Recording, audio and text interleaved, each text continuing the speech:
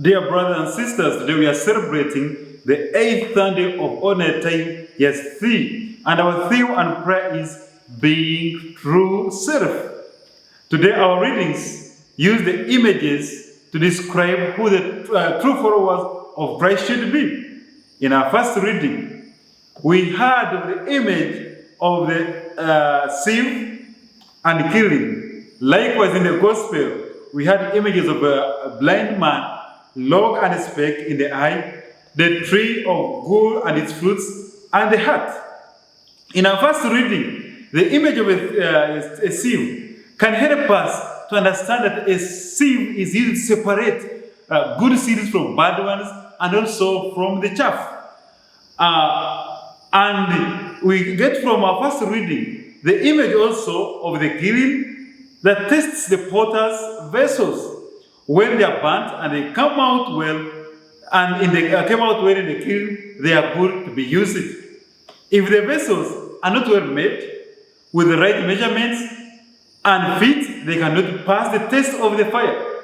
The image of the fire is meant to help us understand ourselves and evaluate ourselves and see if I'm to be tested. If you are to be tested, can you pass the test of being the hypocrite, or you will be that good seed, that good vessel that is ready for you for use?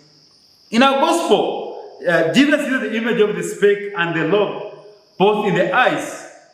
He is inviting us to examine ourselves and put our hearts, our lives, our families, and houses in the right order. Then we can help others to be judge others so they can be better.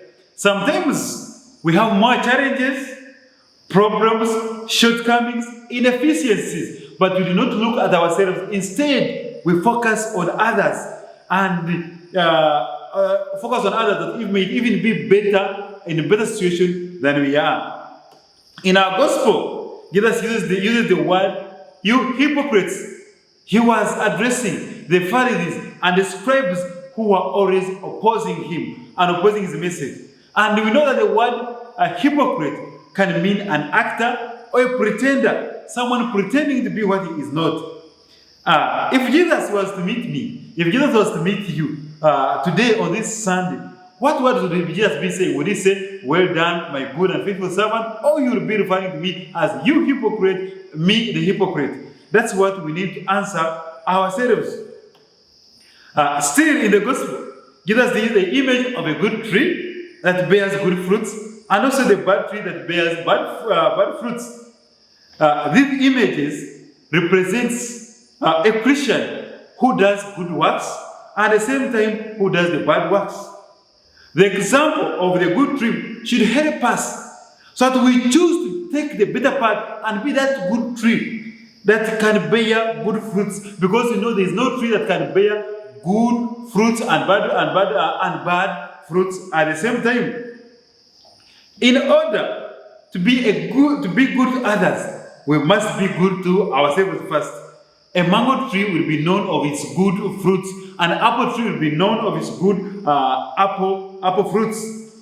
When we have helped ourselves, when we have become good to ourselves, therefore, then we can be able to help our brothers and our sisters also to be good. Jesus also presents us the image of the heart. And we know the heart is very important because if anyone harbors good feelings, good emotions, good right and good attitudes in the heart, then his actions will also be good. How does my heart look like? And what is my heart harboring? What is full of my heart? Is it love? Is it joy? Is it vain? Is it peace? The call to sanctity requires us not to act but be true to ourselves. It requires us to have the good attitude. It requires us to have good feelings. It requires us to have good faith, to be loving, so we can be able to be true followers of Jesus Christ. What is making us blind? Or what are the blind spots that we cannot be able to lead our brothers and sisters the right direction? That is what we should ask ourselves and be able to rectify so that we can be better followers of Jesus Christ. Our readings today discourage us from judging other people basing on ourselves. We need to first judge ourselves, challenge ourselves, and if it means we call ourselves hypocrites, so that when we have rectified us, then we can be able to help others. And that's what Jesus is saying, removing the log from my eye, then we'll be able to remove a speck from my brother's, from my sister's eye, my neighbor's eye. Our speech reveals the content of our hearts. We have heard people when they speak, we feel they should continue speaking because their words are full of love, are full of meaning, they are full of good counsel. But I've also heard people, when they begin speaking, people even move away, people run away. Is that me who speaks and people want me to continue speaking? Is it you who speaks and people run away? That our speech reveals what our hearts are full of. Are we true to ourselves or we are hypocrites? How many times we have been actors, we have pretended in matters of faith? It is time that we become true to ourselves so that we may be able to produce good fruits and may be true followers of Jesus Christ. The Lord be with you.